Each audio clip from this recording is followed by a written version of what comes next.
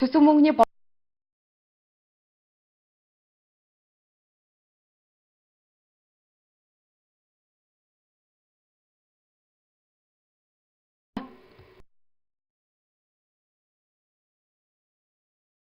эдийн засгийн өсөлт 10% гарч ирсэн. Харин энэ жил эдийн засгийн өсөлт 7.4% руу буухаар байгаа холбоотой гэж эдийн засгчид хэлж байгаа юм. Он гар сарын инфляц өндөр хэвээр байсаар 5 дугаар сарын эцсэр гэхэд бараг 14% хүрчээ. Үүнд мөнгөний нийлүүлэлтийг тасралтгүй нэмэгдүүлснээс болж төгрөгийн ханш 25%-аар сулрахад хүргэсэн гэж Дэлхийн банкныхан үзжээ. Хэрвээ 2010-11 онд инфляцийн өсөлтийн гол хүчин зүйл нь махны үнийн өсөлт байсан бол 13 үзэх юм бол нийт инфляцийн өсөлтийн суурь нь юу болж байна гэвэл суурь инфляц маань өөрөө болж байна. Суурь инфляц маань өөрөө юунаас болж өсөж байгаа юм бэ гэхээр зэрэг эдийн засагт мөнгөний нийлүүлэлт эрс нэмэгдсэн. Нэгсэндээ мөнгөний нийлүүлэлт гэдэг маань бодлогоор дэмжигдсэн хямд зээлүүдийг эдийн засагт илүүтэй хэмжээгээр нийлүүлж байгаа гэсэн үг. Хоёрдугаар валютын ханш, дотоодын мөнгө тэмдэгтийн ханш нэлээдгүй хэмжээгээр суларсан байгаа учраас энэ хоёроос үүдэлтэйгээр суурь инфляц нэлээд өндөр гарч нийт хэрэглээний үнийн индекст сөргөөлнүүлж ирсэн байна. 2012 оноос гадаадын хөрөнгө оруулалт буурсаар 13 оны байдлаар гэхэд 50%-аар тасарсан.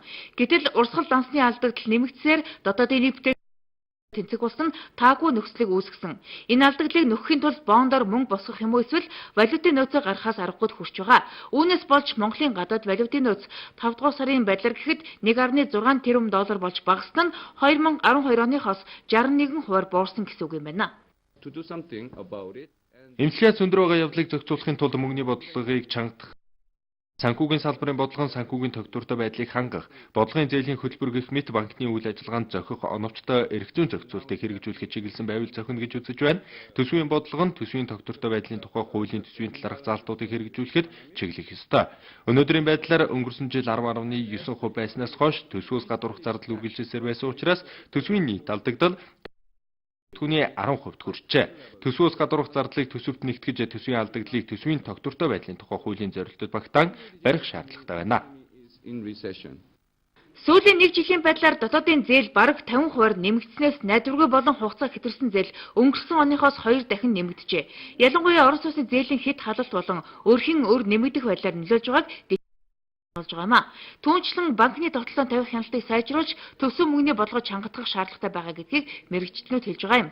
Төсвөөс гадуурх зардал дотоодын нийт бүтээгдэхүүний 10% хүрээд байгаа. Мөн эдийн засгийн богино хугацааны сорилттой тулгарч байгаа боловч үүнийг давахын тулд тогтвортой өсөлтийг хангасан эдийн засгийн чанга бодлого хэрэгтэй байгааг Дэлхийн банкныхан сануулж байгаа юм. Ам долларын ханш 1900 төгрөг хүрч болзошгүй.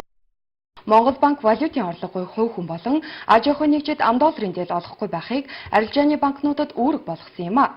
Энэ нь бизнесийн идэвхжил нэмэгдэж байгаа энэ цагт хүндрэл авчирч болзошгүй юм а. Валютын ханш огцон өсөж төгрөг суларсан энэ үед валютын зээл авсан хүмүүс ханшийн зөрмнөөс болж ихээхэн хэмжээний алдагдал хүлээж байгаа юм а. Монгол үндэсний худалдаа аж үйлдвэрийн танхимаас бизнес эрхлэгчдийн эрх ашгийг хамгаалах үүднээс үүссэн 30% алдагдлыг засгийн газраар төлөөлнө гэсэн шаардлага гаргасан ч үүнийг хинч авч хэлцээгүй юм аа. Манай арилжааны банкуудын нийт зээлийн 27% нь валютын зээл эзэлж байгаа юм. Энэ чүднээс Монгол банк валютын зээлд оролцож байна. Гадаад валютын ханшуул өнгөрсөн онд 19%-аар энэ жил нийлээд бол ерөнхийдөө бараг 30% бол төгрөгийн гадаад валютын харьцан ханшуул. Үүнтэй холбоотой гоор чанаргүй зээлийн хэмжээ бас өсөх эрсдэл байж байгаа. Одоо 5 дугаар сарын байдлаар чанаргүй зээлийн хувийн хэмжээ 2.7% байгаа боловч гадаад валютаар илэрхийлэгдсэн чанаргүй зээлийн хувийн хэмжээ 5.1%. Төгрөгийн гадаад валютаар төгрөгийн зээлийн хувийн хэмжээ танаас харьцангуй 1.8% хэмжээтэй байж байгаа. Тэгэхээр гадаад валютаар манай банкуудын системийн тайлан тэнцлийг хараад үзэх юм бол 30% нь гадаад валютаар илэрхийлсэн актив болон пассив. Зээлийн бид 27% гадаад валютаар илэрхийлэгдсэн байж байгаа. Үндэсний аж ахуй нэгж хувь хүмүүс хүнд байдалд орсон энэ үед цаашид ийм эрсдлээс хамгаалахын тулд валютын орлогогүй хүнд валютын зээл олохгүй байх зохицуултыг энэхүү хатуу нөхцөлтэйгээр хийж байна. Зарим нэгэн банк нь танилаараа дамжуулан долларын зээл гаргасан тохиолдол гарсныг хатуу сануулжээ. Хасгуудын түүхт Баярт оролцохоор бүгд найрамдах Хятад ард улс Оросын албаны улсын ерөнхийлөгч нар айлчлах гэж байна. Энэ үеэр Орос Хятадыг холбосон байгалийн хий, газрын тос, авто зам, төмөр зам тээврийн шин гарцаа албажуулахаар Монгол улс зорж байна. Хэрвээ бид нутаг дэвсгэр дээрээ энэ хоолойг татуулбал жилд 10 тэрбум $10 татвар цуглуулах боломжтой болж байгаа юм а. Кремийн зөрчилдөөнөөс хойш Оросын холбооны улс бүгд найрамдах Хятад ард улсын хоорондын худалдааны эргэлт нэмэгдэж байна. Түүнээс гадна зөвхөн Украинаар дамжуулан Европт гаргаж байгаа байгалийн хий нийлүүлэлтийн хамаарлаас ангижрахын тулд Оросын холбооны улс шин зантай болох зорилготой байгаа юм а. Орос Хятад нь өргөн удам газар нутгаар хилдэг боловч уул нурууд ихтэй байдаг, өндөрлөг газар шугам хоолой тавих, төмөр зам барих нь техник технологийн хувьд хүндрэлтэй дэдэггүй, эдийн засгийн талаас зардал ихтэй. Монгол улс газар зүйн хувьд маш ашигтай байрал өршдөг. Манай улсын зүүн хэсгээр хамгийн богино өгөөд хямдвэртгөөр Орос Хятадыг холбох зам тавьж болох юм а. Нэг нь дэлхийн хамгийн том хэрэглэгч, нэг нь хамгийн том үйлдвэрлэгч. Энэ хоёрыг холбосон зам бол өөрөө хамгийн богино зам нь, хамгийн товч зам нь Монголоор дамжсан. Тийм учраас энэ хоёр зах зээлийг холбосон эрчим хүчнийх, төмөр замынх, агаарынх, нефтнийх, хийнийх гэд энэ бүх нь бол Монголоор явна. Улаанбаатар төмөр замыг Аз Европыг холбох тээврийн үндсэн шугам болгох баруун Сибирээс Хятадын Шинжаан угрын өөртөө засахаар байгалийн хийн хоолойг Монгол улсын тал нутгаар дамжуулан барьж явуулах саналыг Монголын тал Оросын холбооны улсын тал тавьсан. Манай тал энэхүү замыг Путиний талын зам хэмээн нэрлэх хүсэлтэй байгаагаа илэрхийлээд байгаа юм а. Бурадын үндэсний өв уламжлал, соёл урлаг, спортын төрөл зүйлийг хадгалж хамгаалах зорилготой Алдарга нь 2014 наадам энэ сарын 18-наас 21-ний өдрүүдэд болохоор Улсын Алдарга нь 2014 наадмыг өгтөж, Бурадын Алдарга наадам түүний түүх үр нөлөө сэдвт олон улсын эрдэм шинжилгээний хурал өнөөдөр боллоо. 1994 оноос хойш 2 жил нэг удаа зохиогдож ирсэн Алдарга наадам 20 дахь жилдээ болох гэж байна. Нэгдүгээр шат тухайн улс орон муж тойрог аймагуудад 5 дугаар сарын 30-ны дотор болсон бол 2 дугаар шатны төвлөрсөн арга хэмжээ хинтээ болох юм а. Наадмын үеэр Бурадын нэг өдөр сэдвт ардын аман зохиол, язгуур урлагийн хамтлагуудын уралдаан, үлгэр туйлч, ерөөлч магтаалчдын уралдаан, Бурад ардын болон орчин үеийн дууны уралдаан болж, уламжлалт гар урлалын бүтээл үзэсгэлэн, дагнас гоо бүсгэн тэмцээн зэрэг олон арга хэмжээ зохион байгуулахаар Алдарга наадмыг зохион байгуулах үндэсний хороо бэлтгэж эхэлжээ. За энэ наадам маань их өргөн хэмжээтэй явагддаг. Олон улсын хэмжээнд ухаандаа гадагшаа, дотгошоо гардаг, ордог ийм өргөн дэлгэр наадам болж байгаа юм. За энэ бол ерөнхийдөө бол монголчууд бидний Монгол туурхтан зоны өв соёлын нэгэн хэсэг л гимшүүд болно тийм ээ. Тэгээд энэ дотроо бол их олон төрлийн уралдаан тэмцээнүүд зохион байгуулагддаг. Ард зоны өв соёл бол бас өөрийн гэсэн өвөрмөц ийм онцлогтой байдаг. За ялангуяа гэхэд үндэсний дээл хувцас байна тийм ээ. Уламжлалт дээл хувцас бол дэлхийн хаан чинь бүрдлээрээ байдаггүй. Олон гүрэнд байдаг бурядууд нэгдэж юм хурал хийж тэгээд наадам мөрөсөн уралдаан барилдаан гэж байхдаа их сайн. Гэхдээ бурядуудын соёл өнөө глобализацийн даяаршлаг үед буряд зон ард зон соёлоо сайхан сэргээж залуу үеидэндөө зааж өгч гээд Монгол туурт ард зон гээд өвдөө эв найрамдалтай байх болтгай гэж өрөө. Хэдэн 3 гүрэнд байдаг бурядуудын ганц шиг 3 гүрмүшээ мөнөө дээрх хэдэ Украин тэр элдбэлд гүрнүүд байдаг бурядуудын игэр нэгтгэж тэгээд цаашдаа игэр буй ямэдэлж соёлоо хөгжөөж тэр талаар энэ үүрэгтэй гэж би санах байна. Өнөөдөр бас энэ хүрэлд Оросын албаны улс бүгд найрамдах Хятад ард улс болон манай орны нийтдээ зөөрчм эрдэмтэн судлаач оролцсон сонирхолтой илтгэлүүдийг хэлэлцүүлсэн юм а. Бурадын үндэсний өв уламжлал, соёл урлаг, спортын төрөл зүйлийг хадгалж хамгаалах, өвлүүлэн уламжлуулах, шинжилгээ хөгжүүлэх зорилгоор Алдарга наадам зохион байгуулагддаг уламжлалт тогтсон юм а. За ерөнхийдөө бурад судлалын талаар олон улсад ямар хуу эрдэмтний ажлууд хийгдэж байгаа. Энийг хэрхэн түмэнд түгээхийн судалгааны эргэлтэнд хэрхэн оруулахын орон орны эрдэмтэд бурад судлалын тал дээр хэрхэн хамтарч ажиллах талаар энэ хурлыг зохион байгуулж байгаа үндсэн чиглэл нь. Тэгээд үнэхээр өнөөдөр түүхтэй Алдарга наадмын маань тэр бүх үг түүхийг мөр мөрөөр нь хадгаж үлдэхэд бас их хувь нэмэртэй эрдэмтний болж байгаа. Монгол Улсын ерөнхий сайдын ивэлдээр зохион байгуулагдаж байгаа бурайд түмний урлаг спортын алтраг нь 2014 наадам энэ сарын 18-наас 21-ний өдрүүдэд Хинтээ аймгийн Дадал сумын нутагт зохион байгуулагдана. Зохион байгуулах хорооны спорт аялал жуулчлалын яамны төрийн нарийн бичгийн дарга алтан гэрэл ажиллаж байгаа юм байна. Дараагийн мэдээ хүргэе. Өнгөрсөн нэм гарагт орсон хүчтэй борооны улмаас нийслэлийн онцгой байдлын газарт усан давтсан тухай 23 удаагийн дуудлага иржээ. Харин баяр наадмын үеэр иргэдийн хайхрамжгүй байдлаас үүдэлтэй ослын дуудлага нэмэгдсэн байна. Тиймээс онцгой байдлын газраас гаргаж байгаа зөвлөмжүүдийг мөрдөхийг иргэдэд санууллаа. Тухайн аймгийн Дөрвөлжин суманд бом өвчин гарч 7 адуу 1 бог мал хоригдсон учраас тухайн бүс нутагт мэрэгжлийн байгууллага 20 цэрийн дэглэм тогтоогоод байгаа юм а. Захаа аймгийн Дөрвөлжин сумын онц 5-7 багт энэ сарын 7-ноос 16-ны хооронд 15 адуу 5 дахь 2 өхөр адууны бом өвчнөр өгчээ. 7 сарын 11-ээс 20 цэрийн дэглэм тогтоож голомтод байгаа 8 өрхийн 6,000 вакцин тэх адуу густган ариутгал халдваргүй зүйлэлт хийгээд байна. Мөн энэ сарын 11-ний өдөр Говьалтай аймгийн Хөхмөр цуманд 6 айлын 7 адуу 1 ухан бом өвчнөр өгсөн нь тогтооцсон байна. Энэ орчинд хязгаарлалт тогтоон голомтын бүсэд байгаа 3 өрхийн малд үзлэг хийж 52 адуунд бомын ээлж дарин өхөр адууны сэг зэмийг устгаж ариутгал хийсэн байна. 10 хот айлын 23 өрхийн бог бод нийлэн 7500 малын 1500 мөн хан уул дүүргийн 13 дугаар хороо хүүтийн хонхорхойд нутаглаж байгаа Төв аймгийн Баян цагаан сумын иргэн нар мандахын 2 иргэн энэ сарын 13-нд өгсөн малын сэг зэмийг задлтны улмаас бомбын халдвар авсан шинж тэмдэгтэйгээр халдвар төвчин судлалын үндэсний төвд дэмжлүүлж байна. Харин усан давтсан дуудлыг Чингэлтэй дүүрэг 2, Сүхбаатар дүүрэг 5, Баянгол дүүрэг 3, Сонгон хайрхан дүүрэг 3, Баян зүрх дүүрэг 9 удаа ирүүлсэн байна. Гол улстай ойр байхтай тухайн нөхцөл байдлыг ажиглаагүй гол дотсон зэрэгээс үүдэлтэйгээр иргэд айн насаа алдар тохиолдол хит хитэн удаа бүртгэж зарим иргэдийг хайх ажлааг одоо явуулж байна. Онцгой байдлын асуулт гэсэн байгууллагт нийтдээ 84 удаагийн дуудлагаар ажилласан байгаа. За иргэдийнхаа амнасыг бас эрсдлээс хамгаалсан 89 удаагийн тохиолдол гарлаа. За өнөө зэрэгцээ бас иргэд маань бас өнгөрсөн 7 хоногт эрсдэж амнасаа алдсан тохиолдол баггүй гарлаа. 11 хүн за гол усны живж нас барсан байгаа. Үүнээс одоо 2-ын зохицыг олсон 9 зохицын одоо ирэн хайх ажлыг хийж байна. За ерөнхийдөө ус цагуурын орчны газрын ус мэдээлэлээр бол голын усны түвшин бага байгаа боловч үе орж байгаа усрахыг орны улмаас голын мөрний түвшин огцон нэмэгдэх за үер усны аюул тулгаж байгаа нь иргэдийн яам ясанд аюултай тийм нөхцөл үүсч байсан. За энэ дагуу онцгой байдлын асуулсан байгууллагууд төгс хэмжлүүлэг явуулсан боловч иргэд маань бас өөрсдийн хариуцлагагүй нэгний тавих шаардлага муугаас болж бас эрсдэлд ороод ирэх гэж бид үзэж байна. За ялангуяа өнөөдрийн байдлаар туул орхон өрөө голууд бол үер ихтэй. Энэ гол дээр бас эрсдсэн иргэдийг хайхад бас гол үертэй болготой учраас бас иргэн хайх ажиллагаанд хөндөөлөж өрүүлж байна.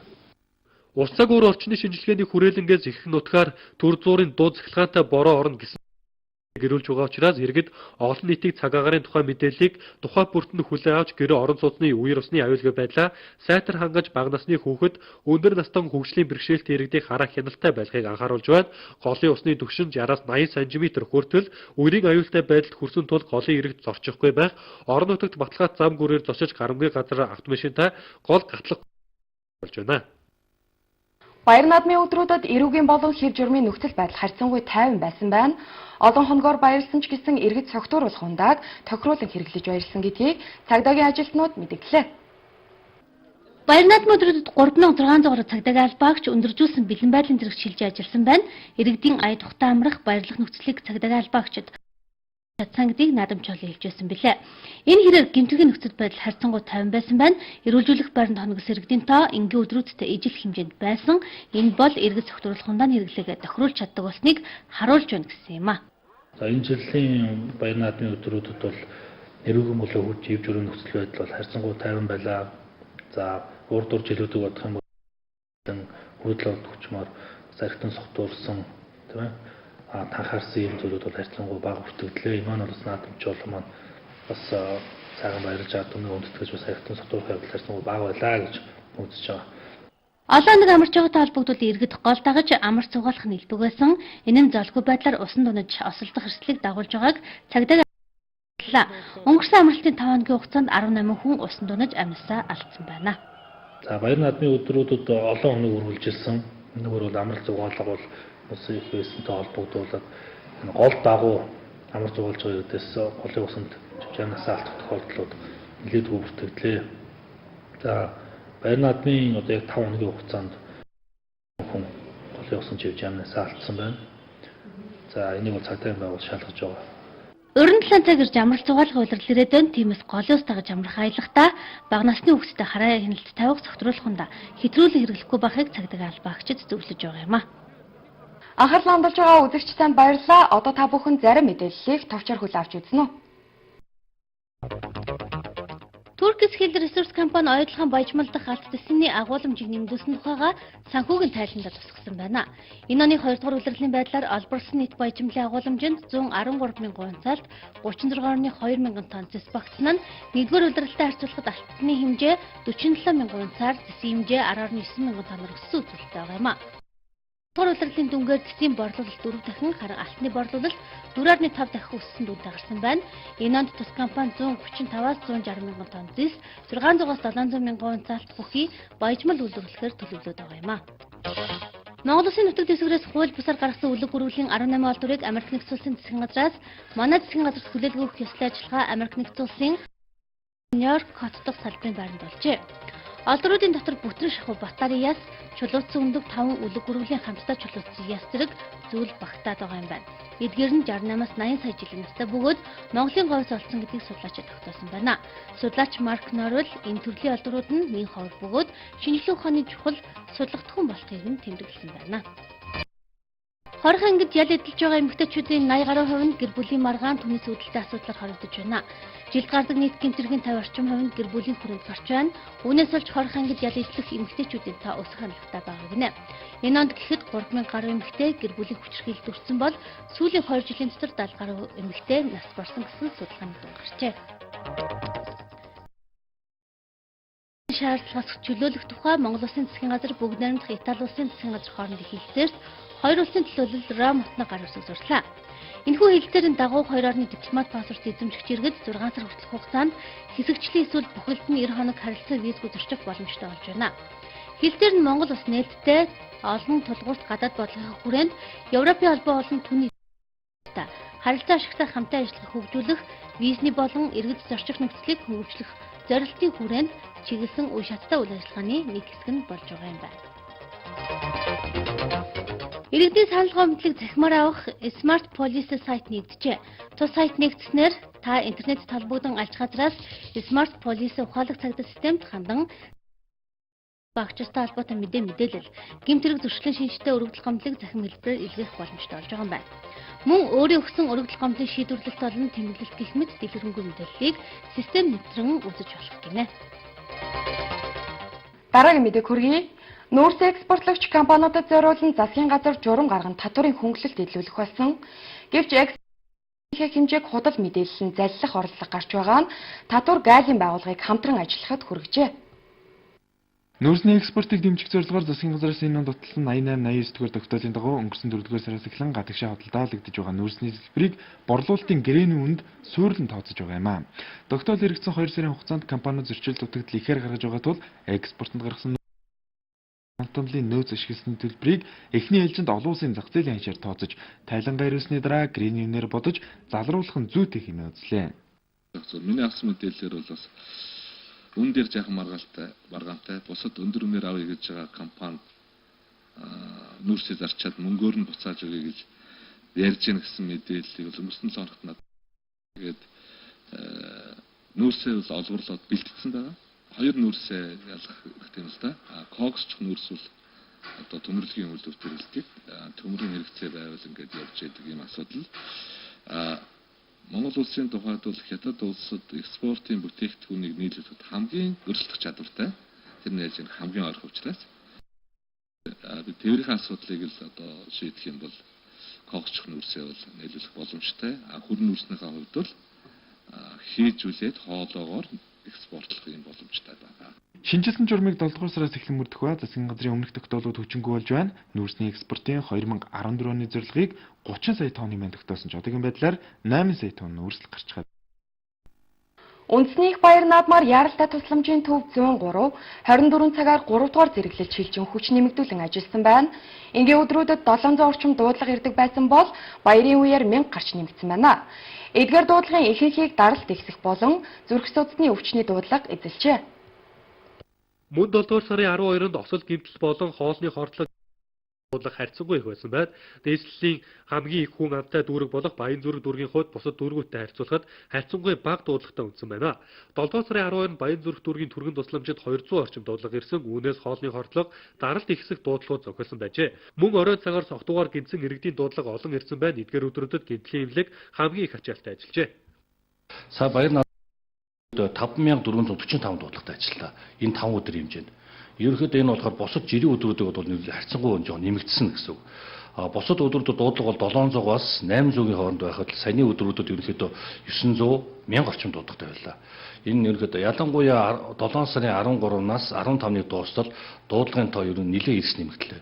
Энэ болохоор манай наадамч бол нэлээд амарсантай холбоотой бас сүүлийн өдрүүдэд халсантай холбоотой дуудлага ихссэн. За энэ тухайн өдрүүдэд ерөнхийдөө ямар дуудлага их зохиолж гарваа гэхээр зүрх судасны дуудлага нэлээд гарлаа. Даралт ихсэх зүрх судасны дуудлага. Хоёрдугаарт нь болохоор ходоод гисний хямралын дуудлага гарч ирлээ. Энийг болохоор хоолны орлоготой холиод байгаа маа. Ерөнхийдөө бол ходоод гисний хямрал буюу тэгэхээр хэрэглэх бас зохимжгүй зүйлийг бол хурц хоол хүнд хэрэгсэнтэй холбоотойгоор энэ дуулууд гарч ирсэн. Мөн бол энэ цөс нойр улчхаа өрсөлтөд архаг өрсөлтөд холбоотой дуулууд бас саяны өдрүүдэд нэлээд гарлаа. Мөн зууны улиралд нэмэгдэх дуудлагыг эдгээр дуудлагууд эзэлж байна. Тиймээс иргэд хөдөө гадаа явахдаа юунд анхаарах хэрэгтэй вэ гэдэгт хариулт авлаа.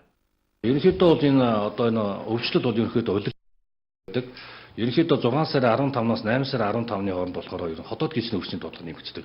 Энэ болохоор энэ үед болохоор гүйцэл босрог жимсгэн мөн бол айраг цагаа ялангуяа бидний идэх үндэсний хоол хорхог боодог их эзэцтэй холбоотой ходоод гисний өвчний дуудлага нэмэгддэг. Мөн бол архаг өвчин нэлээд сэтэрдэг. Энд болохоор элэг цусны архаг өвчин бол энэ хугацаанд нэлээд сэтэрдэг. Хамгийн гол үйл болохоор энэ дулаан улиралтай холбоотойгоор хадгалах гэх юм уу явагддаг. Бактериалсан бүтээгдэхүүнүүд ерөнхийдөө түргэн муудах, өндөг, вайфл, бичээ бусад зүйлүүд бол ерөнхийдөө нэг өдрийн дотор муудаг болохоор энэ хугацаанд бол хадгалтыг сайн хийх хэрэгтэй байдаг. Мөн зуны улирал болохоор даралт ихсэх өвчин нэмлээ нэмэгддэг. Ялангуяа халалттай холбоотойгоор хүмүүс ерөнхийдөө цусландаа гардаг, өндөрлөг газар гардаг. Тэгэхээр энэ хугацаанд бол аль болох бол энэ хугацаанд гарвал өөрсдөө ууж сурсан имийг бас нөөцдөөр авч гарч явах хэрэгтэй байдаг. Нийслэлийн эрүүл мэндийн газраас баяр наадмын хурдан морины байрааны газарт байрлуулсан эмнэлгийн анхны тусламжийн цэгээр иргэдэд үйлчилж төвцөнгөлд хүрээлэнгийн дотор гаднах талбайд явуулын түргэн тусламжийн цэгүүдийг бэлэн байдалд ажиллуулсан байна. Мөн баярын өдрүүдэд хүүхдийн түргэн тусламж дүүргүүдийн нэгдсэн эмнэлгүүдийн хүлээн авах газрууд 20 тусламжуудыг иргэдэд үзүүлжээ. Насанд хүрээгүй хүүхдүүдтэй нийлж хар тамхи хэрэглэсэн хадгалсан борлуулсан гэх хэрэг чижиглэгдэн шалгагдаж байгаа. Саран гэрэл нарын 5 хүний хэргийг шүүх хурал өнөөдөр дүүргийн эрүүгийн хэргийн анхан шатны 1-р шүүхэд эхэлсэн ч хурлыг 7 дугаар сарын 28 хүртэл хойшлуулсан байна. Өмгөөлөгч нар хэргийн материалтай танилцаж амжаагүй гэсэн шалтгаанаар хурлыг хойшлуулах хүсэлт гаргажээ. Цагдаа орогтөг ус хугацаанаас өмнө сурлагдаж хэвлэмдэл хэрэгслэр хууль зүйн сайттай холбоотой тухайга зарласан саран гэрэл нарыг шүүх бүрэлдэхүүн дахин цагдаа орох шийдвэрийг өнөөдөр гаргасан юм а. Энэ сарын 7-ны өдөр болсон шүүх хурлын үеэр шүүгч мөнх эрдэнэс татгалзах хүсэлтийг шүүгдэгчдийн өмгөөлөгч нар тавьж байсан юм. Харин энэ хүсэлтийг хүлээн авах боломжгүй хууль зүйн үндэслэх байна гэж шүүх бүрэлдэхүүн үзжээ. Өнөөдөр 13 анхан шатны 1-р шүүхэд эхэлсэн шүүх хурлын эхэнд өмгөөлөгч баасан дорж хэргийн материалтай танилцаж амжаагүй гэсэн шалтгаанаар хурлыг хойшлуулах хүсэлт гаргалаа. Энэ хүсэлтийг шүүх бүрэлдэхүүн хянээлцээд хурлыг 7 дугаар сарын 28-ны өдрийг хүртэл хойшлуулах шийдвэрийг гаргасан юм а. Өнгөрсөн баяр наадмын өдрүүдэд цогтуугаар тээврийн хэрэгсэл жолоодсон хүний тоо 330 хүрсэн байна. Нийслэлийн төвийн хэсэгт биш цуслан болон орон нутгийн замд энэ төрлийн зөрчил ихээр гарчээ. Мэдээлэл шуурхай удирдлагын төв 1188 дуудлага мэдээллийг иргэдэд хүлээн авсан байна. Гэмтэргийн шинжтэй гэж үзсэн 869 хэрэг байжээ.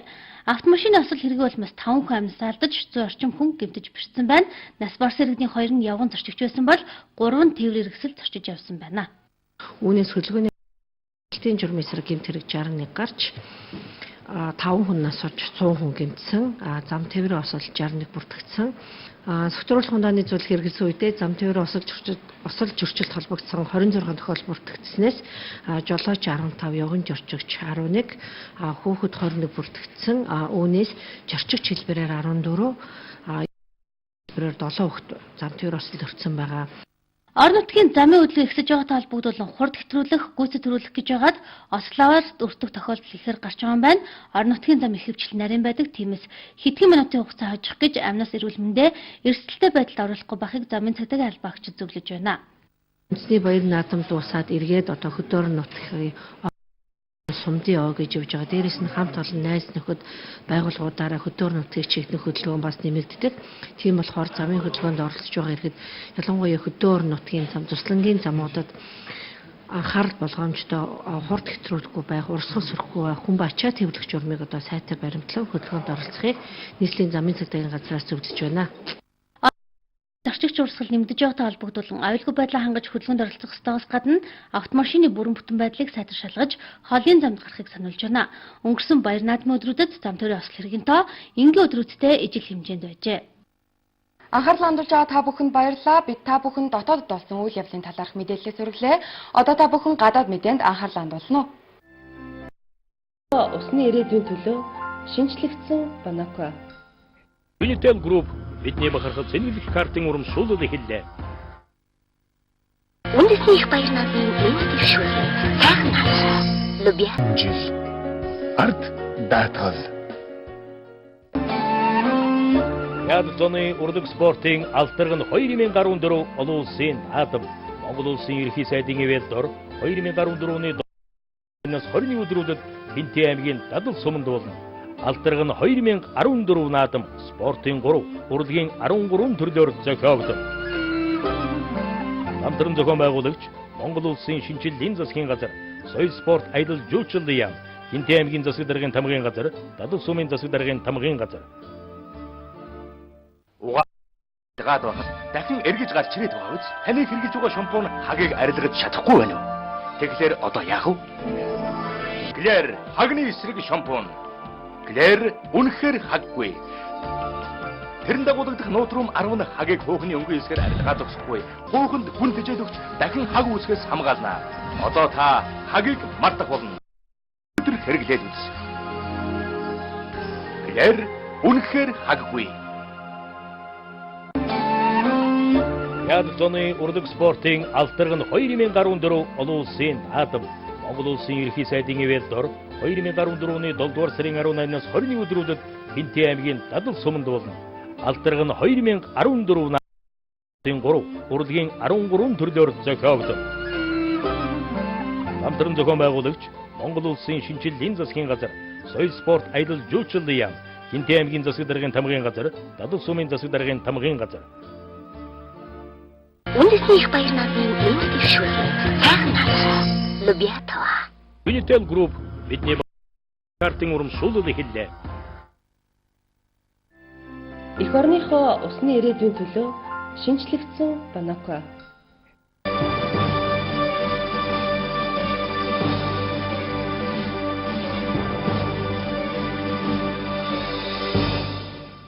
Орон мэрхэн үзэгчтэй 25 цаг мэдээллийн хөтөлбөр үргэлжилж байна. Би олон улсын дончууд 25 турш яг одоо манай гавьд болж байгаа зарим нэг үйл явдалтай холбох юм а. За өдөө авчигны мэдээлэл яг харахгүй ойрхон дорн дисэр улстай эргээд холбогдож байна. За 3 жил гаруй хугацаанд үргэлжилж байгаа энэ улсын иргэний дан улам бүр гаарсан хэвээр байна. За өнгөрөх өдрүүдэд засгийн газар хийгээд сөрөг хүчний боцогчдын хоорондох энэхүү тулалдаан улам бүр ширүүцэж тус улсын томоохон мужууд бол өрнөж байна. За хамгийн сүүлд цэрийн чөлөө мужид өөрсдийн бэхэлтэй тогтоосон засгийн газар ноцтой хор охирол учруулсыг бол оролдож байгаа юм. За та бүхэн одоо харж байгаа нөхөө бичгээр гэх юм бол тэд өөрсдийн гар аргаар хийсэн зэвсгээр уламжлан улмаар засгийн газрын анги нийтгэлийн хүчинд хохирол үзүүлэхийг бол хичээж байгаа юм. За ямар ч байсан дээраа мужидох нөхцөл байдал өнгөрсөн хугацаанд бол огтхонч дээрдээгүй. За тэр дундаа цэргэлдэгч хоёр талын хооронд гал зогсоож улмаар их оролцсон боловч дөрөвтэй үр дүнд бол хүрэхгүй байна. За 2011 оны 3 дугаар сараас хойш сэр усад эхэлсэн энэхүү эсэргүүцийн жигсаалт цуглаан өнөөдрийн зурх дайны эхлэлийг бол тавьж байгаа байгаа юм. За босон үйл явдалтай холбогдуулж нэгдсэн улсны байгууллага төдийгүй Арабын лигийн улс орны нийгэмдийн зүгээс чигтсэн нөхцөл байдлыг докторжуулахаар олон удаа яриа зэрэг явуулсан боловч мөн бүтэлтэй зүйлийг бол авчирч чадаагүй. За мөн нэгдсэн улсны багтсан байнгын гишүүн улс орнууд ч гэсэн цэрийн эрх баригчдын эсрэг тогтоолцолыг оруулсан боловч 3 удаа Орос улс ихэд улсууд бол хориг тавьж чад байгаа юм. За 2011 оны ихээр хойд Африк хийгээд ойролт орондод олон 10 жил үргэлжилсэн авторатаа дэглэм түлхэн унагдсан. За гэвч одоо хүртэл цээр үсэл 44 жилд оршин тогтнож байгаа Асадын гэр бүлийн дэглэмийг бол түлхэн унгаж чадахгүй байгаа юм. За улмаар өнгөрсөн төрийн тэрний сонгуул дахин явагдаж Башар Асад 3 дахь удаагаар сонгогдохоор болсон явдал нь цөр хүчинд бол таалагдахгүй байгаа юм. За өнгөрсөн хугацаанд олон улсын хүнийг хамгаалах байгууллагын зүгээс цээр үс болж байгаа энэ хүү дайн тулдааны залан зогсоохонд бол олон шатараалсан арга хэмжээ авах хичээсэн боловч үр дүн бас л хүрэхгүй байна. За хамгийн сүүлд нэгдсэн улсны байгууллагын аюулгүй зөвлөлийн улс орнод яаралтай хилцээр тусалцаа оруулах тэр дундаа 4 улсыг дамжуулсан. За гарцыг одоо олох энэ хүн найдлага бол тавьж байгаа юм. За өнгөрсөн хугацаанд нийтдээ 160 гаруй мянган хүмүүс амнаас авсан. За үүний 50 мянган орчим бага насны хүүхдүүд байсан гэдэг мэдээллийг мөн хүний эрхийг хамгаалах байгууллагын зүгээс бол илэрхийлсэн хэвээр байна. За хамгийн гол нь Сирийн улсад үйлсэн энэхүү дайн тулдаа маань зөвхөн сөргөлдөгч хоёр тал гэхээс илүүтэйгээр за бүс нутгийн улс орнуудыг хооронд хагаралтуулсан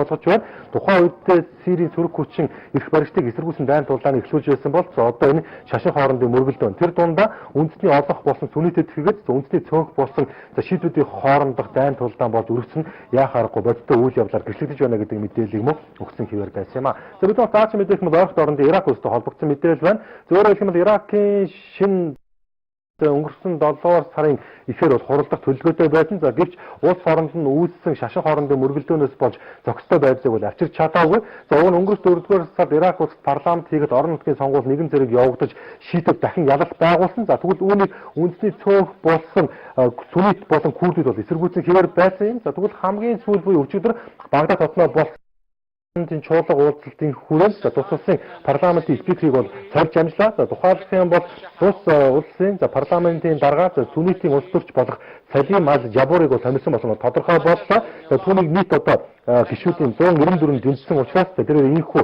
тус улсын парламентыг тэргүүлэх нь ойлгомжтой болж байгаа юм. За түүнтэй мөн одоо хэд хэдэн нийт гишүүд бол нэлээд ширүүхэн өрсөлдөөн мэдээллийг бол өгч байгаа. За гэхдээ тэрээр хатагтай Шаракал Абажиг бол ядаж одоо энэхүү улсын парламентыг бол даргалахаар бол болж байгаа. За түүний өмнө Мехти Аль Хафити хэмээх ирхэм түр одоо парламентын даргаар бол ажиллаж байсан. Нүүр аймагын засаг захиргаат чигссэн за парламентын даргаыг бол хүлээн зөвшөөрсөн. За гэхдээ одоо хүртэл тус тусад болж байгаа сэргийн сөргөлдөө намжихгүй байна. Тухайлбал юм бол Ирак Левантын исламист бүлэглэл за одоо тус улсын хойд болон баруун мужууд эмх замраагүй байдлыг бий болгож байгаа юм. За тэд өөрсдийн шашны халифат улсыг байгуулж улмаар Багдадыг иргэшээлд орохыг бол зориулж байгаа юм. За уг нь Нүүр Маликийн засаг захиргаа улс орноо өөрсдийн байр өдөртний хэмээн үзэж байгаа боловч үүнийг сүнийтэд эсэргүүцсэн хэвээр байна. За уг нь 2003 он Саддам Хусейны дэглэмийг бүтлгүүн унагсны дараа Ирак улсад тогтвортой байдал бий болно хэмээн нөхцөлөөр харин эсэргээрээ эргэллээ. За тухайн цаг мөчид Америкийн нэгдсэн улс тухайн улсад үүрэг гүйцэтгэж нөхцөл байдлыг докторжуулахыг оролдож улмаар 2 жилийн өмнө зэрэг гаргасан. Тэгвэл одоо хүртэл Иракт доктортой байдал тогтох нь бүхэл элдв халдах дайралт улам бүр нэмэгцээр байгаа явдал нь тус улсын ирээдүйг нэлээд бүрхэг болгож байгаа гэдэг бол анхааруулсан хэвээр байгаа. За хэрэв Нүүр Аль Маликийн засаг захиргааг ойрын хугацаанд огцруулахгүй бол шашин хоорондын мөргөлдөөн тус улсын дэд бүтцүүд үндсэндээ цүүрэн унах болно гэдэг бол анхааруулж байна. За хамгийн сүүлд ч гэсэн Иракийн хойд хэсэгт өөрсдийн тусаа тогтнолоо зарлахад ойрхон байгаа Курдистанчууд ч гэсэн өөрсдийн байр суурийг илэрхийлж байгаа явдал нь Иракийн цаашдын одоо ив нэгдлийг бол хангахад нэлээд учир төвөгтэй байдал учирлаа гэдэг байр суурийг гаргасан хэвээр байсан юм а. Бид нууц наач мэдэх юм ойрхон орондын мөн Израиль Палестины хямралтай холбогдож байна. Зөвхөн хэлэх юм бол 7 хоногийн Газан зүрх агаарын тоглоомыг эхлүүлж улмаар Хамас бүлэглэлийг нухчинд авахыг бол оролцсон хэвээр байгаа юм. За түүх зүгх юм бол ерөөсөө Араб Израилийн сөргөлдөө дэлхийн 2 дугаар дайнаас хойш бол нэлээд ширүүлсэн. Тодруулах юм бол Арабын нутаг дэвсгэр дээр Еврейн Израиль гэдэг улсыг байгуулснаас хойш тус хоёр ард түмний сөргөлдөөн улам бүр гарч хэд хэдэн удаа томоохон дайныг бол дэгдээд байсан удаатай. Тэгвэл өнгөрсөн 6 дугаар сарын дундаар Израиль өсвөр насны 3 хүүхэд за баруун эргийн ойролцоо учир битүүлээр алга болж улмаар амнаас алсан бол тодорхой болсон. За тэгвэл үүний дараа Израилийн засаг захиргаа Хамас бүлэглэлийг энэхүү хэрэгт одоо буруутгаж за яаралтай цэргийн үйл ажиллагаа явуулахаар бол данлахилж байсан удаатай. За тэгвэл одоогоос 7 хоногийн өмнө Израилийн нисэх хүчин Газан зураас олон өдөр үргэлжилсэн агаарын дайралтыг бол эхлүүллээ. Зүүнний үр дүнд одоогоор хичнээн амнаас алсан л байхгүй байна. За Газан зураас дахь Палестины Хамас бүлэглэлийн байрлал цохилт өгч байгаа явдлыг за бүс нутгийн одоо исламын шашин дуусанд эсэргүүцэж байгаа. Тухайлбал юм бол Турк, Игэд, Иран зэрэг улс орнууд Израилийн засаг захиргааг энэхүү үйл явдалд бол шууд буруутгаж байна. За одоогийн байдлаар 200 гаруй хүмүүс амнаас алдаж 1500 орчим хүмүүс бол гинтэж харагдаад байна. Зөвхөн агаарын тоглооноос зугтаасан 17 мянган гаруй хүн нүүбийн одоо хорогдох байранд бол амьдарч байна төлөө олон улсын хамтын нийгэмлэгч чигсэн дэлхийн хүчрэг улс гүрнүүдтэй хамтарч Израилийн эрх баригчид хандан цэргийн үйл ажиллагааг зогсоохыг бол уриалсаар байгаа боловч тус улсын ерөнхий сайд Беньямин Нетаньяху Хамас бүлэглэлийн эсрэг цэргийн үйл ажиллагааг цааш өргөжлүүлэх болно гэдэг мэдээллийг бол өгч байна. За энэ өчигдөр хэдэн цагийн хугацаатай Израилийн агарын довтлогоо түр намжсан боловч Хамас бүлэглэлийн зүгээс еврей суурингууд руу 40 гаруй буужгууд өөрсдөө энэхүү дайн байлдааны үйл ажиллагаа дахин эхлүүллээ. За тэгэхээр Хамас бүлэглэл өөрсдөө энэхүү үйлдэл нэн дээр зогсоохгүй бол Израилийн тал хуурай замын цэргийгчсэн тийш нь одоо оруулах төлөвлөгөөг бол ярилцж байна гэдэг мэдээллийг бол өгч байна. За Америк нэгдсэн улсын төрийн найрамчийн дарга Жон Керри ч гэсэн за Газан зүрт хуурай замын цэрэг оруулах нь хямралыг одоо улам бүр дэврэн гэдэг байр суурийг илэрхийлж байна. За Палестины өдөртөгч Махмуд Аббас ч гэсэн нэгдсэн улсын байгууллагын ерөнхий найрамчийн дарга Банги Тэний төр улсыг хамгаалсан авахыг бол уриалсан хэвээр байна. За олон улсын хүмүүнлэгийн байгууллагууд ч гэсэн Израилийн цэргийн үйл ажиллагааны гол хохирогч нь за хүүхэд эмэгтэйчүүд байгааг бол анхааруулж байна. Ромын Пап за Францис Пап хамт ч гэсэн дэлхийн тэргуулах улс орнуудад өдөртөгчд хандан цус улсаас энэхүү мөргөлдөөний нэн дараа зогсоох ёстой гэдэг байр суурийг бол илэрхийлж байна. За одоогоор яг Газан зүрхт бол хараахан дайны гал бол зогсоогүй байгаа. За хамгийн сүүлд 2007 за хуурай зам бол агарын хүчин Газан зүрхт өөрсдөө цэргийн үйл ажиллагааг явуулж байсан удаатай. Тэгвэл 7 жилийн дараа ийхүү 3 хүүхдийн амь наснаас улмааж дахин дайны гал өрсөлдөх гэж байгаа явдал нь тус бүс нутагтах инх тайван доктортой байдал мөн л одоо аюул занд очруулсан үйл явдал боллоо гэдэг мэдээллийг өгсөн хэвээр байсан юм а. За бид онцлооч мэдээлэл нь хойд авахын лив устай холбогдож байна. За мөн л одоо 2011 онд за хурандаа Муаммар Каддафи жилийн дараа Араб авралтай улс төрийн өөрчлөлт шахан зайлуулж чадсан. За тэгвэл одоо хүртэл тус тусад доктортой байдал бий болж чадахгүй байгаа. Тухайлбал бол зэвсэгт бүлэглүүд өөр хоорондоо тулалдаж за тусдаа хяналтаа тогтоосон мууч ус байгууллагыг бол оролцсон хэвээр байгаа юм. За хамгийн сүүлд нийслэл Триполи хотын олон улсын 9 осны буудлыг ч гэсэн зэвсэгт этгээдүүд өөрсдийн хяналтанд оруулсан болох нь бол нэгэн тодорхой юм бол тэд 9 осны буудлын хяналтын цамхыг өөрсдөө өршөөлтөд оруулж 11 онгоцыг одоо эзлэж сүйтгэсэн болох нь тодорхой байна. За хэдийгээр Ливийн цэрэг армийн тийш нь хүнд техник оруулж байгаа боловч одоо хүртэл энэхүү 9 осны буудлыг бол хяналтанд авч оруулж чадаагүй байна. За ерөнхийдөө нөхцөл байдалтай холбогдуулж Лив улсаар онц байдлыг бол тогтооход ойрхон болж байна. За хамгийн сүүлд Мисрата хийгээд Бенгази хотын 9 ос Тэдгээр зэвсэгт этгээдүүд Зентан хотоос одоо ирсэн бах магадлал туйл өндөр байгаа юм байна. За яагаад гэх юм бол 2011 онд Муаммар Каддафи Зентан хотын ойролцоогоор амьсаа алдсан. За тэгвэл түүний талыг дэнцэн зэвсэгт босгочд за тухайн овсны буудлууд нэвтэрч ийхүү хаалга байралд үйлдсэн байх магадaltaй гэдэг мэдээллийг өгч байна. За уг нь Триполигийн олон улсын 9 осны буудлыг хэвийн үйл ажиллагаа явуулж байсан боловч за энэхүү одоо гэмтийн хаалга байралтаа хэвийн үйл ажиллагаа зогсоосон болох нь бол тодорхой байгаа юм. За хамгийн гол нь энэхүү зэвсэгт одоо хаалгыг хэн одоо өдөөж байгаа талаар тодорхой мэдээлэл байхгүй ч гэсэн Каддафигийн талыг одоо баримтлсан зэвсэгт одоо отрядууд хийсэн байх магадлал туйл өндөр байгаа гэдэг мэдээллийг бол өгч байна. За одоогоор Ливийн зэвсэгт хүчин тийшээ хүнд техникүүдийг оруулаад байгаа боловч хараат 9 осны буудлыг бол чөлөөлж чадаагүй байна. За тэд ямар ч байсан Лив улсыг 40 гаруй жил удирдсан Муаммар байхаас бол зайлшгүй байна.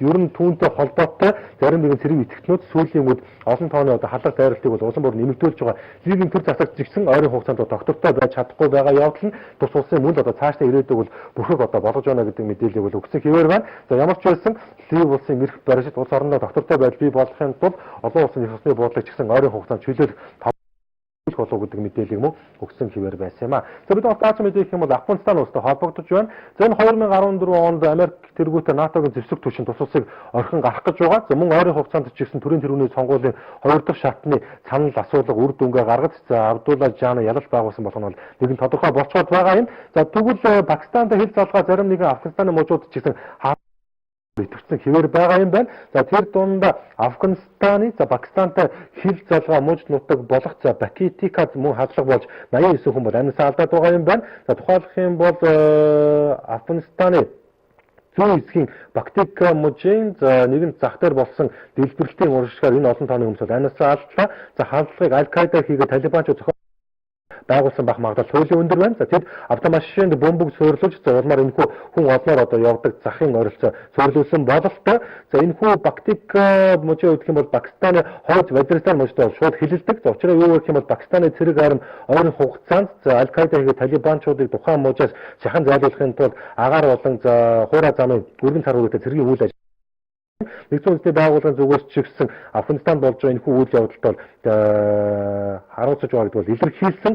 За хамгийн гол нь Афганд болж байгаа энэхүү үйл явдал маань цаашдаа энэхүү үргэлжилсээр байх юм бол тус улсын доктортой байдал одоо үгүй болно гэдэг мэдээллийг бол өгч байна. За 2001 оноос хойш Афганистаны төрийн эрхэнд Хамид Карзай болон түүний талын мод оршин тогтнож байгаа юм. За тэгвэл энэ 2014 оны дондор тус улсад явагдаж за алдуулаа жааны бол ялалт байгуулсан түүнтэй мөн гол өрсөлдөөнийг үзүүлсэн алдуулаа ч гэсэн өөрийн одоо ялагдлыг хүлээн зөвшөөрөхгүй байгаа явдал нь эргээд улс төрийн хүрээлт ч гэсэн томоохон зөрчилтөнд одоо эхлэх бол тавилаа гэдэг мэдээллийг бол өгч байна.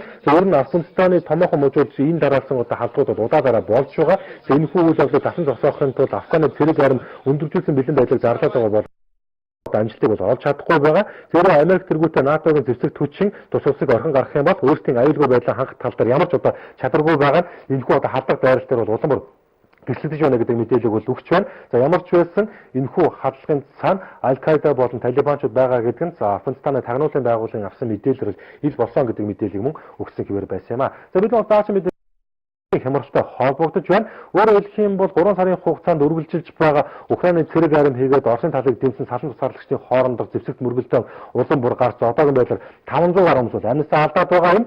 За Киевийн зүгээс ч гэсэн Москваг энэхүү үйл явдал шууд буруутгаж салан тусгаарлагчид бүхий л зүйлсээр туслан дэмжиж байна. Тэд Украин улсын нутаг дэвсгэрийн бүрэн бүтэн байдлыг алдагдуулж байна гэдэг энэхүү шүүмжлэг бол өгсөн хэвээр байна. Өчигдөр Оросын улбаны улсын Батлан хамгаалахын яамд Москва хотод үйл ажиллагаа явуулдаг 11 улс орны элчин сайдын яамд байрлал цэргийн аташааг байрцуулан мөргөлдөөний бүс нутагт бол ачаалаа. Өөрөөр хэлэх юм бол Украины мөргөлдөөний бүстэй ойролцоо Ростовын энэхүү бүс нутагт нэр бүхий 11 улсын цэргийн аташааг байрцуулан Украины цэрэг арим өнөөдөр ард иргэдийн эсрэг хэрхэн одоо хүч тодорхой мэдээлэл өгөхийг бол оролдож байгаа гэдэг бол хэллээ. За өчигдөр Москвад үйл ажиллагаа явуулдаг Хятад, Испани, Америк, Финланд, Норвеги, Итали, Дани, Энэтхэг, Герман, Швед, Франц гэсэн 11 улс орны цэргийн аташаанууд байсан. Нөхцөл байдал гадар дээр ямар байгаа байдалтай бол танилцлаа. Тухайлах юм бол Украины цэрэг арим зөвхөн одоо Донецк, Луганск мужид төдийгүй за Оросын Ростов одоо мужууд ч гэсэн гэдэг зүйлсийг гаргаж ирлээ. Өөрөөр хэлэх юм бол Украины цэрэг армийн харуулсан пуужингууд ч гэсэн Ростовын бүс нутагт бол унсан юм байна. За тэгвэл Оросын Батлан хамгаалахын яамд энэхүү үйл явдалтай холбогдуулж нөхцөл байдлыг бол харуулахыг бол зорьсон гэдэг мэдээллийг бол өгч байна. За үүнээс өмнө Украины засаг захиргаа Оросыг энэхүү үйл явдал шууд буруутгаж Донецк болон Луганскын талан тусгаарлалтыг бүхэл талаар бол дэмжиж байгаа. Тухайлах юм бол тэд зэвсэг техник хөлсний дайчид бэлэн хэрэгсэл хоол хүнс цэргийн одоо дөрөв тусаар бол хангасан гэдэг мэдээллийг бол өгч байсан.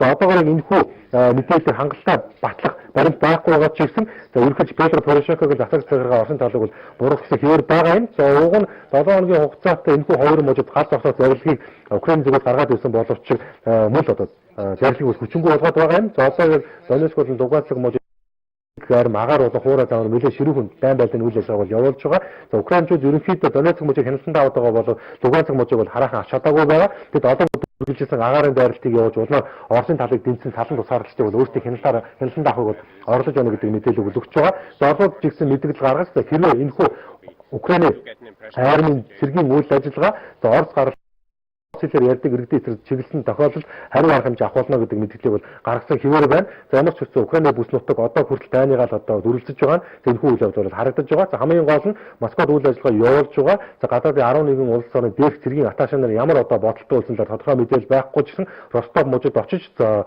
Украины цэрэг арим зөвхөн одоо Донецк, Луганск төдийгүй за Оросын Ростов мужид ч гэсэн хэрхэн одоо цэргийн үйл ажиллагаа явуулж байгаа нь энэхүү үйл явдлаар мөн давхар гэрчлэглээ гэдэг мэдээллийг мөн өгсөн хэвээр байсан юм а. За бид одоо дараагийн мэдээлэх юм бол уулзтай холбогдолтой мэдээлэл байна. Зөвөөр хэлэх юм бол Бразилийн 71-ийн хотод БРИКС буюу дэлхийн хамгийн хүн амтай 5 улсын төр засгийн удирдагчдын дээд хэмжээний уулзалт болж байгаа юм. За энэхүү БРИКС-ийн уулзалт Хятад, Бразил, Энэтхэг, Өмнөд Африк гэсэн 5 улс бол багтдаг юм. За тэгвэл Бразилийн ерөнхийлөгч хадагтай Дилмар Русеф за энэхүү томоохон уулзалтыг эх орондоо зохион байгуулж байгаа туйлын баяртай байгаа гэдгээр зохон тэмдэглэж за энэхүү уулзалт хүрэлцэн гэсэн төр зүйн тэргүүд ч гэсэн талархаж байгаа гэдээ илэрхийллээ. За дэлхийн өсөж буй хүчрэг эдийн засгийн улс орнууд эмээнээр нэгтгэсэн за БРИКС-ийн бүлэг өчтөр бол болж чадлаа. За Тус банк Хятадын Шанхайд төлөж үйл ажиллагаа бол явуулна. За БРИКС-ийн бүлэглэлд багтдаг Бразил, Орос, Энэтхэг, Хятад, Өмнөд Африк гэсэн эдгээр 5 улс орн за төр засгийн тэргүүнүүд хөгжлийн банк байгуулах болсон гэрэл одоо гараас бол зурсан. За энэхүү банк нь дэд бүтцийг төслүүдийг санхүүжүүлэх бөгөөд дэлхийн банк олон улсын валютын сан зэрэг одоо барууны санхүүгийн байгууллагуудтай өрсөлдөх хэмжээний том банк болно гэдэг энэхүү таамаглалыг бол дэвшүүл Владимир Путин ч гэсэн энэхүү гэрийг эдийн засгийн хүндрэлээр сэргийлэх хамгийн хүчрхэг арга хэрэгслийг хэмээн бол тодорхойллоо. За хөгжлийн банкнд за хөгжиж буй улс орнуудын дуу хоолойг дэлхийн давцанд төлөөлнө хэмээн Хятадын ерөнхий ЦЦБ ч гэсэн бол тайлбарлсан. За хөгжлийн банк нийтдээ 50 тэрбум машин долларын үндсэн хөрөнгөтэйгээр үйл ажиллагаа эхлүүлэх бөгөөд цаашдаа 100 тэрбум хүртэл одоо тэрбум доллар хүрэх энэхүү багадал хууль өндөр байгаа юм.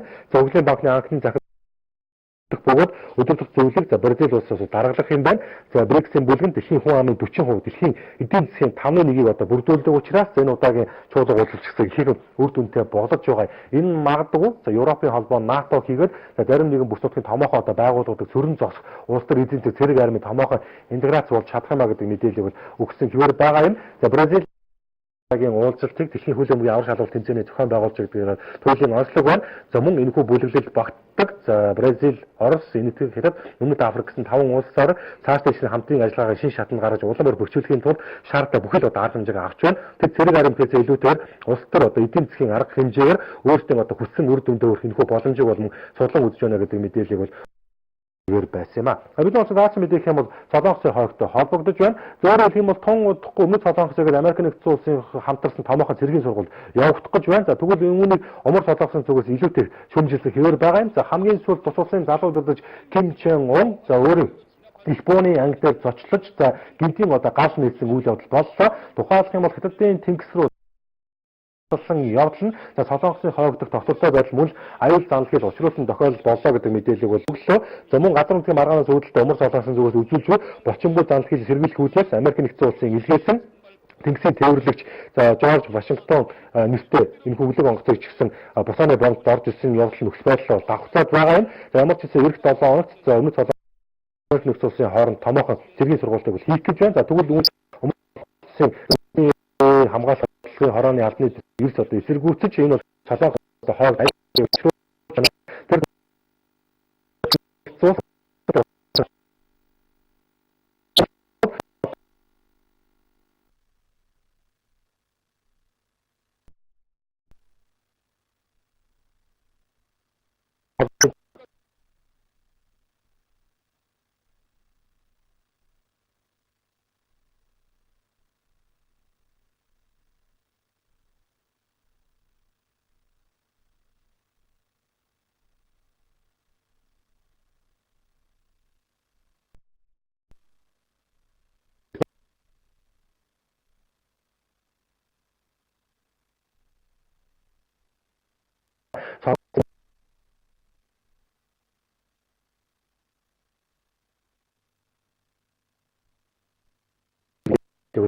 хэвээр байна. Ямар ч тун цэргийн сургууль харин бас яаж хүлээж авах нь тодорхой. Одоо цэргийн сургуулийг хийж улмаар тэнгис талаад гал нээх улам бүр юм бол тус бүс нутгийн нөхцөл байдал улам бүр одоо докторгүй болох энэ хүн нөхцөлөд авчирлаа гэдэг мэдээллийг гаргахад буруутахгүй болчиход байгаа юм аа. Бид бас цааш мэдээлэх мөн бүс нутгийн Японы улстай холбогдож байна. Зөвхөн хэлбэл Японы эрх баригчид ч гэсэн олон жил үргэлжилж байгаа хэд улстай гадны тийм маргаана цэглэхийг бол хүссэн хэвээр байгаа юм. Сингапур буюу Даюда хэмээх энэхүү арлын төлөө талууд 1974 оноос хойш ширүүхэн маргааныг дэгдээсэн хэвээр байна. За хамгийн сүүлд Хятадын ардын чөлөөлөл арим хийгээд тэнгисийн цэргийн хүчнээс энэхүү маргаантай бүс нутагт маневрын сургуулийг хийх гэж оролдож байгаа явдал Токиог эрх барьсан дургуйслыг бол хүргэсэн хэвээр байгаа юм. За тэгвэл хамгийн сүүлд Японы эрх барьж нийслэл Токио хотноо байдаг Ясукуны сомд одоо зочилж байгаа явдал нь эргээд Бээжинтэй харьцан Японы цэргийн дээд өдөр энэхүү сүмд Японы өнөөгийн парламентын гишүүд хийгээд ерөнхий сайд нар ээж дараалан одоо очиж байгаа явдал нь эргээд Хятад Японы харилцаанд цэвэр суулгасан үйл явдал болцоод байгаа юм. За тэгвэл хамгийн сүүлд Японы ерөнхий сайд Шинзо Абе за парламентын чуулга уулзалтын үеэр за тун удахгүй Хятад улстай гадны тийм маргаантай асуудлаар яриа хэлцэрэхэд бэлэн байна. Тэр дунд Хятад АПЕК-ийн хоорондын одоо улс яриа хэлцэрэг ойрын хугацаанд бодолтой байгааг бол илэрхийллээ. Улсны бол тодорхой мэдээ чигсэн жил бүрийн одоо намар болдог АПЕК-ийн дэд хэмжээний уулзлын хүрээнд чигсэн дэгдээс энэхүү гадны нутгийн маргаантай асуудлыг шийдэх өргөн болцоо гарч ирэх юм. Дэлхийн 2 дугаар дайнаас үүссэн түүхийн нэлээд зөрчлөөний нөхцөл байдлыг шийдэхийн тулд Бээжин болон Токиог эрх баригчид удаа дараа бие биенийг хангалттай буруутгаж байсан. За тэгвэл дээр нэмэгдээд энэхүү арлын маргаантай нөхцөл байдал гарч ирж байгаа улс нутгийн одоо доктортой байдлыг хангаж чигсэн нэлээд аюултай нөхцөл байдлыг бол хийж байна.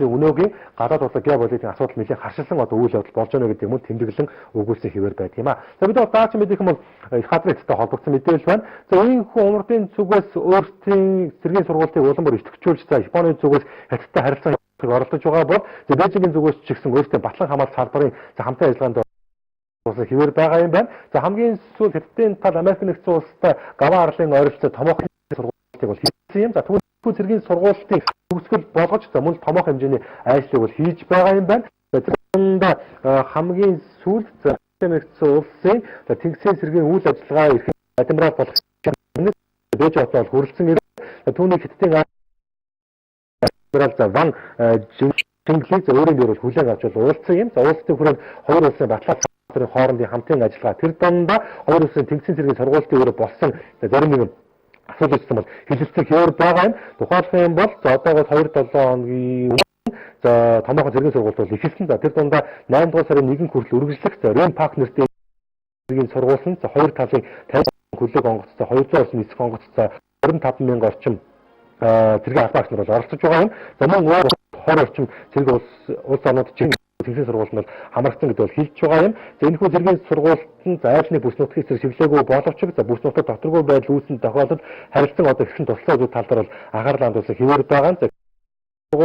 За Зүүн Азийн, за Филиппин, Вьетнам зэрэг улсууд бол нэлээд ач холбогдлыг бол өгч байгаа. Яагаад гэх юм бол эдгээр улсууд Бээжинтэй ч гэсэн газар нутгийн маргааныг бол дэгдээж байгаа. Тухайн бүс нутагдагт за Барселон болон Спратлийн бүлэг алтрын төлөө одоо үл эдгээр улсууд Хятадтай маргааныг бол дэгдээж байгаа юм. Тухайлбал нь Хятадын талаас энэхүү маргаантай бүс нутагт за өөртөө газрын засны өрөмжлийн цооногийг одоо нэхэр чармааж байгаа бүс нутгийн улс орнууд итгүүсээ тулгарсан. За тухайлбал нь бол Филиппин, Вьетнам, Тайвань, Бруней зэрэг улс орнууд Хятадын энэхүү төрөмгийн бодлыг эрс шүүмжиж бүс нутагт доторгүй байдал үүсэж байна гэдэг энэхүү шүүмжлэг гаргасан хэвээр байдаг юм. За ямар ч байсан талууд энэхүү үүссэн газар нутгийн маргаантай асуудлыг харилцан одоо аштаа шийдгийг бол чармаа хичээж байгаа. За гэхдээ одоо хүртэл Хятадын явуулж байгаа энэхүү бодлыг жижиг улс орнууд хүлээн зөвшөөрөхгүй байгаа.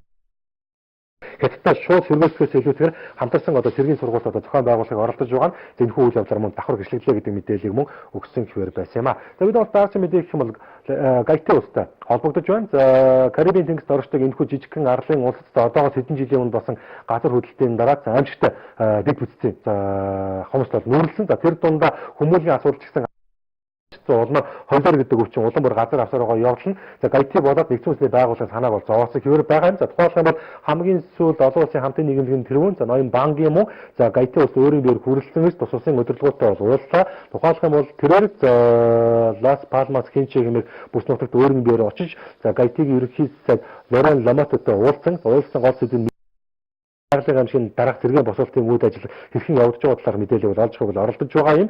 За 2010 оны 1-р сард тус улсад 7.2 магнитудын хүчтэй газар хөдлөлт болж за олон мянган хүмүүс амьнасаа алдсан. За тухайд амьнасаа алдсан хүмүүсийн тоог 100 мянга тоолж ирсэн боловч энэ дараа нэмэгдэж 200 мянга болсон. За энэхүү газрын хөдлөлтийн дараа нийслэл Порто Пренс хот газар үснээс арчигдаж хүмүүлийн ноцтой гамшилт дараа нэгдсэн улсны байгууллагын ихэнх захиулагч тэнд үйл ажиллагаа явуулж байсан боловч араас хил амыг бол дагуулсан. За тухайлбал юм бол Бангладеш тэргүүтээ ихэнх захиулагчид тусгаан улс оронд за холио зэрэг одоо өвчнийг хараасны дараа нөхцөл бол улам бүр хурцсан. За үүний дараа тус улсын иргэд за годом салбаатаа гарч ирсэж за өөрсдийн төрийн тэргүүл дахин сонгосон. За ерөнхийдөө Мишель Мартелет ч гэсэн улс орондоо доктортой байдал одоо тогтоохыг оролдож байгаа тогтчихгүй байна. За одоо бол Гайти улсад авилгал хийх хүн зурцуул газар авсан. За мөн нэгдсэн улсны байгууллагаас Гайти улс явуулж байгаа хүмүүсийн одоо тусламжийн бараа цэлд хүрэлцэхгүй байгаа явдал нь магадгүй их багштай одоо холбоотой байдаг гэдэг мэдээлэл бол өгсөн хэвээр байгаа юм. За ямар ч байсан эх 2015 онд за Гайти улсад парламентын сонгуул бол явагдан. За тэгвэл энэхүү сонгуулиар тэд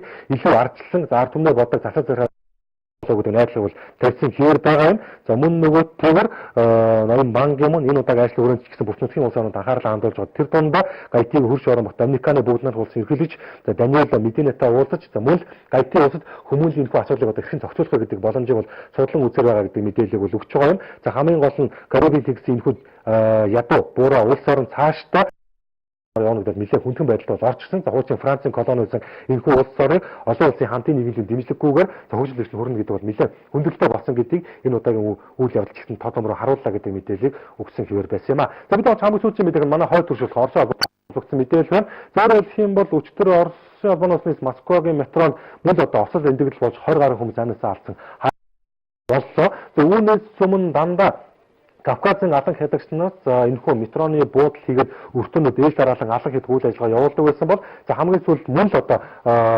тээврийн одоо аюулгүй байдлыг зарчим алдагчнаас болж мөн томоохон ослол гарлаа. Өөрөөр хэлбэл Москва хотын метро гаж осолцсон улмаас одоогийн байдлаар 21 хүн амьсгалаа алдаад байна. Москва хотын метро дэлхийн хамгийн хөл хөдөлгөөний сүлжээний нэг бөгөөд өмнө нь авчтай осол гарч байгаагүй юм байна. Нийтийн тээврийн ит ачаалтаа оргил цагийн үеэс метрод осолцсон 70 км цагийн хурдтай явж байсан метро гинт торомлож улмаар 3 одоо гал тэрэг бол замаас бол гарсан юм байна. За 12 сая орсон суугчтай Москва хотын нийтийн тээврийн гол хэрэгсэл нь метро бол байдаг. За Бразил улс айшилж Орос улбанаас үргэлж Владимир Путин ч гэсэн энэ бүх хэрэгт ирүүлсэн одоо байна.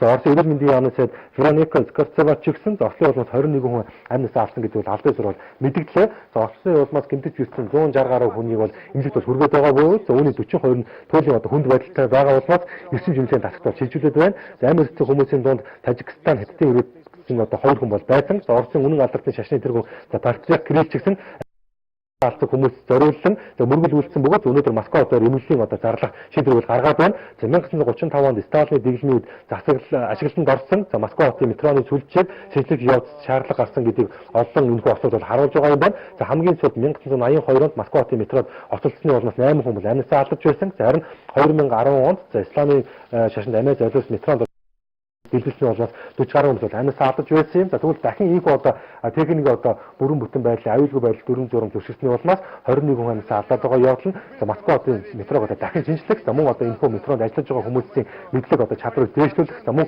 гадны халдвар дайралтай ч гэсэн сэрэмжлэх одоо энэхүү бодиттой асуудал тулгарч байна гэдэг Москва хотын захирагч гэсэн үгээр зохон тэмдэглэсэн хэвээр.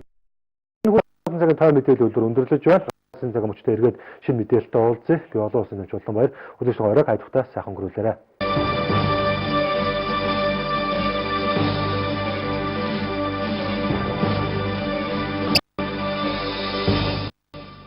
Анхаарал хандуулж байгаа танд баярлалаа. Одоо үзэгч танд орчуулагч редактор Мөх Цолын бэлтгэсэн үзүүлнэ.